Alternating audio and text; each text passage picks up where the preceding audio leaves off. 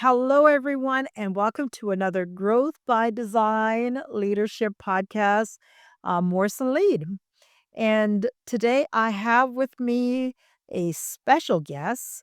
And he's special because he's my son. He's a recording artist and he's also an assistant educator working within the school system. Love that his work with kids as well as pursuing a goal to take his music career as well as ministry into more places and spaces.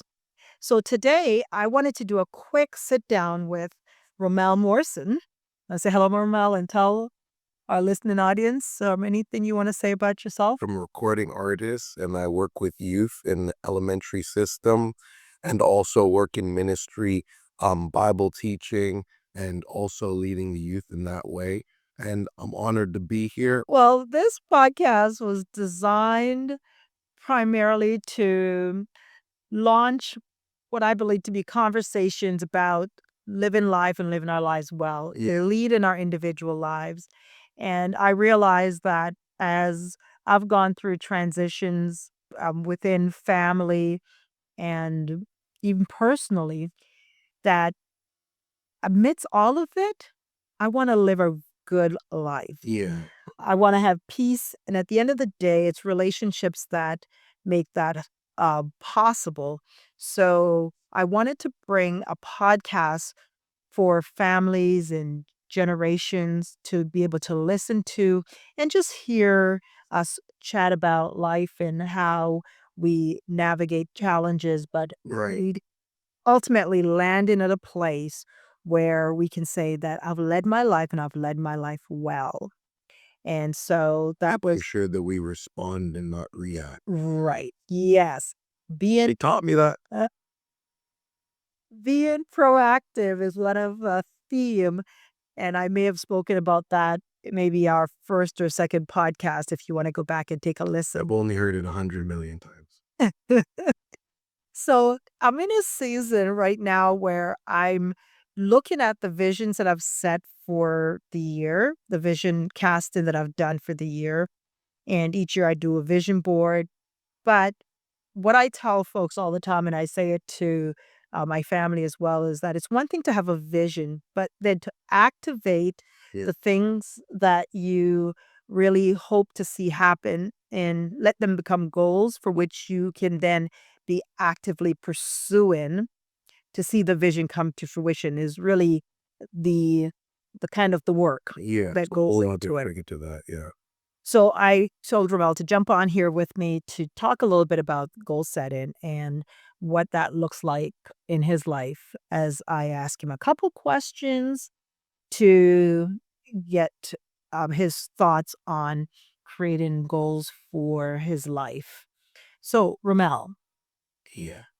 what is a one big vision that you have for yourself? Vision being that of a view of a preferred future. Let me ask a qualifying question. Can it be what you're already experiencing, but just more, or does it have to be completely different? It can be what you're already experiencing. Sometimes we have new visions and or new dreams, and vision matures as much as the person matures. So therefore, my vision for where I would put on my vision board, or I have put on my vision board, where I'm instructing, training, but it looked different 20 years ago, substituting as a principal at an elementary school. I was still doing training, and so my vision, to see myself being a trainer, an educator, but not necessarily in the school system, has evolved over the years. Yeah. And now I have a vision to develop a service where I can coach individuals around, vision, transitions, and living their lives fully. Yeah. I would say that my preferred future or like vision of the future would very much so be in a way similar to what it is now, but on a grander scale, which is As a byproduct of doing music, one of the beautiful things about that is that a lot of young people, they are involved, they're interested in this, and it gives a lot of opportunities to be able to connect with them, one, from the stage, but then two, it gives the opportunity to get a little bit more up close and personal with them and, give them encouragement, give them advice. And I've had the opportunity of doing that, whether it be after shows or in workshop settings, in classrooms. I've had opportunities to speak to the young people off of the stage, and the thing that I've enjoyed about that is that it's so interactive and it's something that you can see the effects. Like, there's some people that they have jobs where they know, Mhm, just in a general sense and just practically, that what they're doing, it mhm, helps society. mm, Whether you be a UPS driver, we need our packages. Like, we need our packages. I might not know who dropped the package off, but if he decides not to and everybody else decides not to, I'm not getting my package. That's a problem. So mhm, we thank you for the UPS drivers. Keep driving the truck, keep delivering the packages.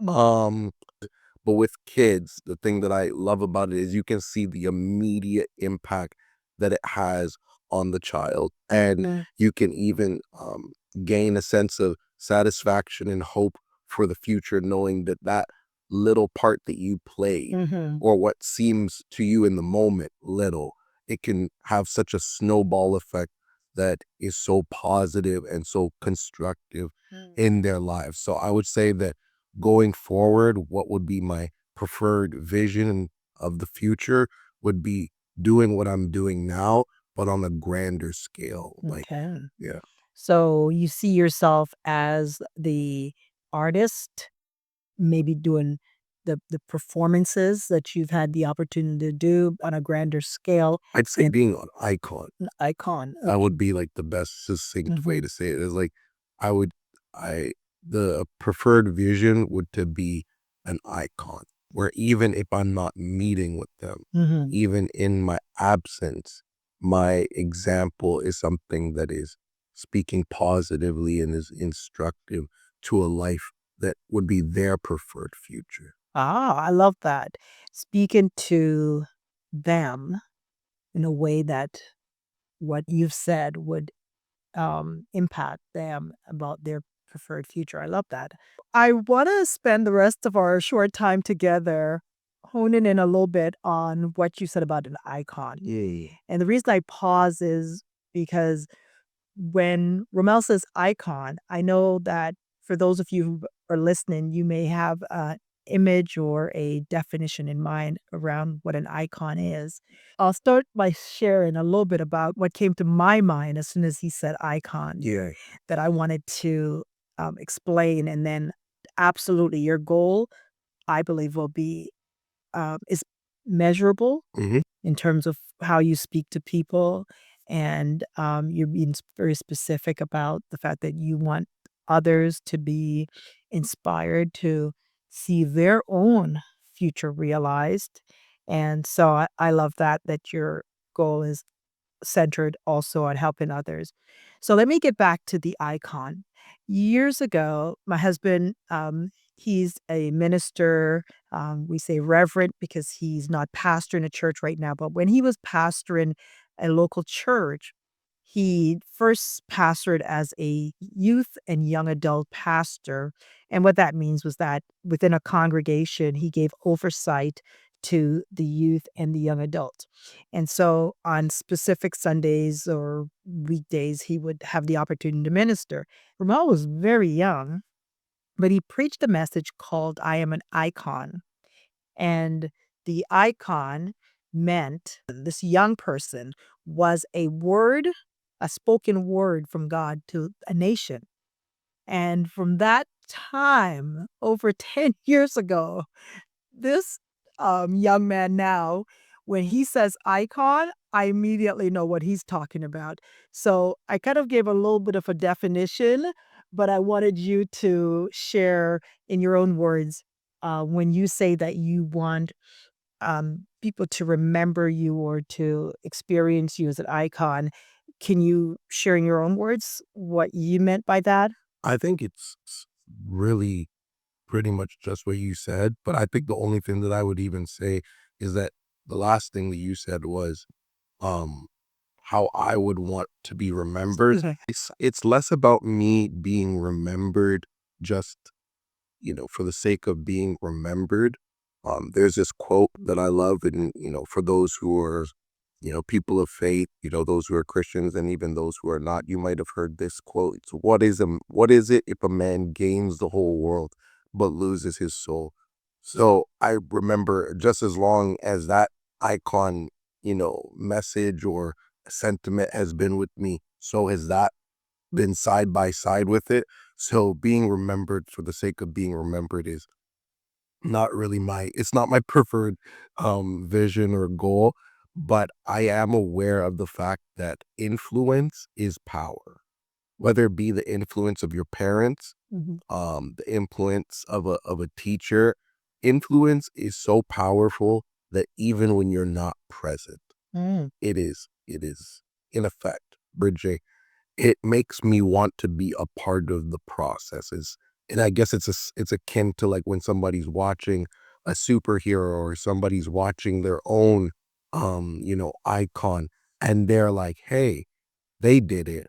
I can do it too." And whether you believe in destiny, whether you believe in fate, all of that, I definitely believe that everybody has a purpose. Uh, I believe that everybody has a call, something that they can dominate. There's a sphere in life that they're called to in terms of being effective in, and not just for themselves, but for others. mhm. And that's been the vision for me from young till now, and still young, but from young, from real young to like more matured, is that yeah, that's what I want for my life, and not just what I want for my life, but I believe that that's what was always destined for my life, is to be a message for others. To a nation message. Yeah, I love that. Thank you for sharing. So there's the vision that you have for your life Yeah. and being this icon or um, recording artist and impacting the life of youth. And so the goals and the actionable things that you're doing right now is taking advantage of the uh, opportunities to get on stage, Yep. to share your music. Yep. You're in the studio, you're writing, releasing singles this year, Yeah. and also working and impacting the kids. So, for those of you who you have your vision, the view that you have for your preferred future, and doing that will help you to live your life fully in purpose, to lead your life. And I'm going to keep stressing that in every podcast Yeah. that I do this year about leading your life and leading your life well amidst all of everything else. I wanted to mention though that you have music out. People Yep. can connect to you. You can follow me on Instagram, Vycroy, Vycroy, but also you can find me on all streaming platforms, same handle, Viceroy, and my music is available. Okay. What's one of your um, tunes that you would say someone can go and find today and listen to? I would say two of the, because one's not enough. I say When's that enough? I'd say two of the favorites, and even my favorites would be "Come Home." That is a really beautiful song. And then the second one would be "Brother's Keeper." Okay. And you have collabs on both, right? Of Yes, yes, yes. those. Okay. So, So on "Come Home," I got I got a collaboration with none other than Pam Sosa, amazing um psalmist, amazing singer, mm, and friend. Yeah, so she did very well on that. And then on the other song is one of my dear friends, Godina, and you should go check out his music as well. all right. So, and again, that's at VYC. ROY. Viceroy on all streaming platforms. All right. Well, thank you for listening in today to another episode of Growth by Design, Morrison Lead podcast. And go on out and lead your life fully in whatever it is that you envision for your life, whatever your goals are for this particular year. Yeah. Activate them and make them happen. So until next time, remember to maximize your potential and live fully in your purpose. Thanks again, Viceroy. My pleasure. Take care, everybody. Bye.